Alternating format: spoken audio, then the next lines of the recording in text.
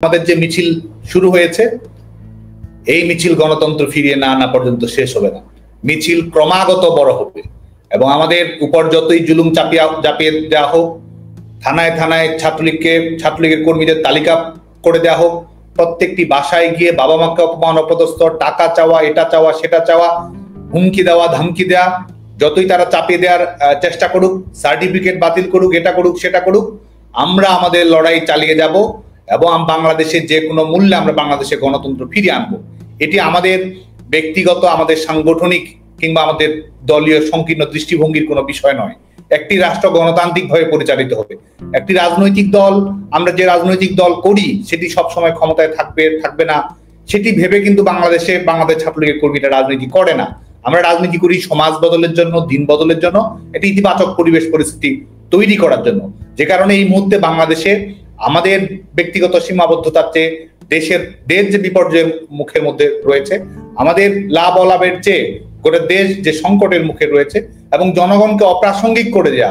আপনি রাষ্ট্র ক্ষমতা দখল করেছেন, জনগণের কোনো ম্যান্ডেট নাই, আপনি সাংবিধানিক কোনো ম্যান্ডেট, সাংবিধানিক কোনো আইন কানুন কোনো কিছুই মানছেন না এবং আপনি যা বলছেন আপনার ক্ষমতাকে নিরাপদ করার জন্য সেটি আপনি একেবারে গোটা দেশের জনগণের উপর আপনি চাপিয়ে দিচ্ছেন এবং জাস্ট রাষ্ট্রযন্ত্রকে ব্যবহার করে নিজেদের ফায়দা লোটা। আপনি রাষ্ট্রযন্ত্র দখল করেছেন, দখল করে আপনার কাজ কি? আপনার কাজই হচ্ছে যে আপনার প্রতিষ্ঠানগুলোর করমুক্তির আওতায় নিয়ে আসা, আপনার সমস্ত মামলাগুলো বাতিল করে দেয়া, আপনার ব্যবসা প্রতিষ্ঠানের ব্যবসা বাড়ানো এবং আপনি যে ক্ষমতার চেয়ার দখল করেছেন এই চেয়ারে থাকার মেয়াদটি আপনার বাড়ানো। জনগণের কাছে এদের কোনো জবাবদিহিতা নেই, কোনো ম্যান্ডেট নেই, কোনো ধরনের বিধি ব্যবস্থা বন্দোবস্ত কোনো কিছুই নেই। এবং এই যে পুরো বন্দোবস্ত বলতে তারা গলা ফুলিয়ে ফেলছে, এই বন্দোবস্ত হচ্ছে মৌলবাদী প্রতিষ্ঠার একটি বন্দোবস্ত। এটি এদের একমাত্র বন্দোবস্ত। যে কারণে বাংলাদেশের ছাত্রলীগের কর্মীদের যে লড়াই তারা করেছে, নতুন করে আহ্বান জানানোর কিছু নেই।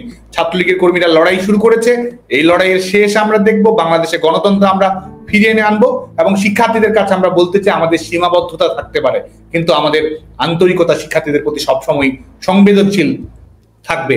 আমাদের চলার পথে হয়তো ভুল ত্রুটি আছে, একই সঙ্গে আমাদের অর্জনের পাল্লাও অনেক বেশি এবং আগামীতেও আজকে বাংলাদেশ ছাত্রলীগকে নিষিদ্ধ করে মূলত বাংলাদেশের গণতান্ত্রিক লড়াইটি যেন শক্তিশালী না হয় সেই প্রচেষ্টাটা কিন্তু বাস্তবায়ন করার চেষ্টা করা হয়। যে কারণে বাংলাদেশের জনগণের প্রতি, বাংলাদেশের ছাত্র সমাজের প্রতি সবাই আহ্বান থাকবে যে এই সরকারের বিরুদ্ধে আপনারা রুখে দাঁড়ান। আপনার কোনো সমস্যারই সমাধান হবে না যদি না এই সরকার বিদায় না নেয়, কারণ এই সরকারই সবচেয়ে বড় সমস্যা। একটি রাষ্ট্রের, একটি সরকারের সবচেয়ে বড় যেটি কাজ, এই সরকার আপনার সিকিউরিটি দিতে পারবে না। এই সরকার আপনার পকেটে টাকা কেটে নিয়ে নিজেদের ব্যাংক ব্যালেন্স, নিজের প্রতিষ্ঠানের কর্মকাণ্ড করবে। আমাদের মেয়েরা, গোটা বাংলাদেশের মেয়েরা আজকে এক ধরনের সংকটের মুখে পড়বে এবং আগামী দিনে যে ধরনের মোরাল পুলিশিং এবং আনুষঙ্গিক অন্যান্য উগ্র ধর্মান্ধ আইন বাংলাদেশে নিয়ে আসা যাচ্ছে, আপনার সিকিউরিটির জন্য, আপনার লাইফস্টাইলের স্বাধীনতা নিশ্চিত করার জন্য, আপনার চয়েস, আপনার যে ইন্ডিভিজুয়ালিজম রয়েছে সেটি পুনঃপ্রতিষ্ঠিত করার জন্য, আপনার যে লিবারেল ডেমোক্রেসিক ধারণা রয়েছে, আপনি নাই বা করতে পারেন কোন রাজনৈতিক দল, ছাত্রলীগ কিংবা অপরাপর, আপনি আপনার পছন্দ মতো সংগঠন বেছে নিন, কিন্তু গণতান্ত্রিক বাংলাদেশের লড়াই আপনি সামিল হন।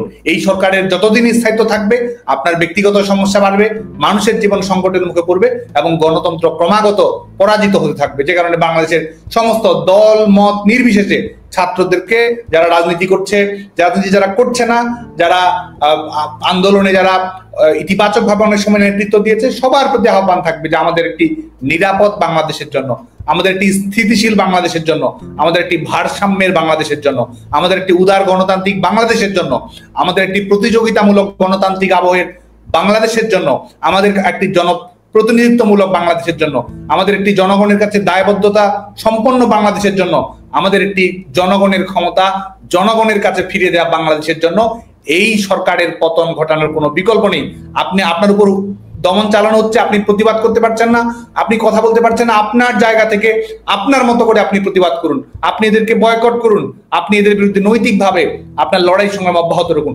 যারা লড়াই করছে তাদেরকে আপনারা সহযোগিতা করুন এবং এটি যদি আমরা না করতে পারি, বাংলাদেশে যদি গণতন্ত্র আমরা পুনঃপ্রতিষ্ঠিত না করতে পারি, তাহলে বাংলাদেশে অস্থিতিশীলতা, যেটি সার্বিকভাবে এই অঞ্চলের শান্তি, স্বস্তি, স্থিতিশীলতা, সমৃদ্ধি সকল কিছুকে আসলে চ্যালেঞ্জের মুখে পড়বে এবং বৈশ্বিক যে সন্ত্রাসবাদের প্রজনন কেন্দ্র হিসেবে বাংলাদেশকে পুনঃপ্রতিষ্ঠিত করবে এবং যেটির মাধ্যমে আমাদের যে স্বাভাবিক জীবন রয়েছে, সেটিকেও আসলে ধূলিসাৎ করে দেয়। আজকে কিন্তু এটি আমাদের সংকট যতটা না, তার চেয়ে এটি দলীয় সংকটের কোনো বিষয় নয়। বাংলাদেশের জনগণই কিন্তু একটি চরম ঝুঁকির মুখে রয়েছে, যে এই গোটা অঞ্চলটি অস্থিতিশীল হওয়ার মতো বাস্তবতার মধ্যে রয়েছে, যেখানে মোরাল পুলিশিং এর একটা যারা মোরাল পুলিশিং করে তাদের একটা নিজেদের রাষ্ট্র রয়েছে, এমন একটা রাষ্ট্রবাদ ঝুঁকিতে আজকে বাংলাদেশ রয়েছে। যে কারণে আপনার জায়গা থেকে প্রতিরোধ গড়ে তুলুন, আপনার জায়গা থেকে প্রতিবাদ করুন, আপনার জায়গা থেকে এদের কাছ থেকে সমর্থন প্রত্যাহার করে নিন এবং আপনার জায়গা থেকে একটি গণতান্ত্রিক বাংলাদেশের জন্য আপনি সংগ্রামকে এগিয়ে নিয়ে নিন।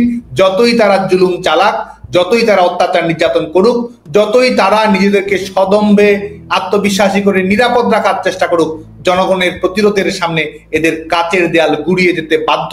গণতন্ত্র অবশ্যই বিজয় লাভ করবে।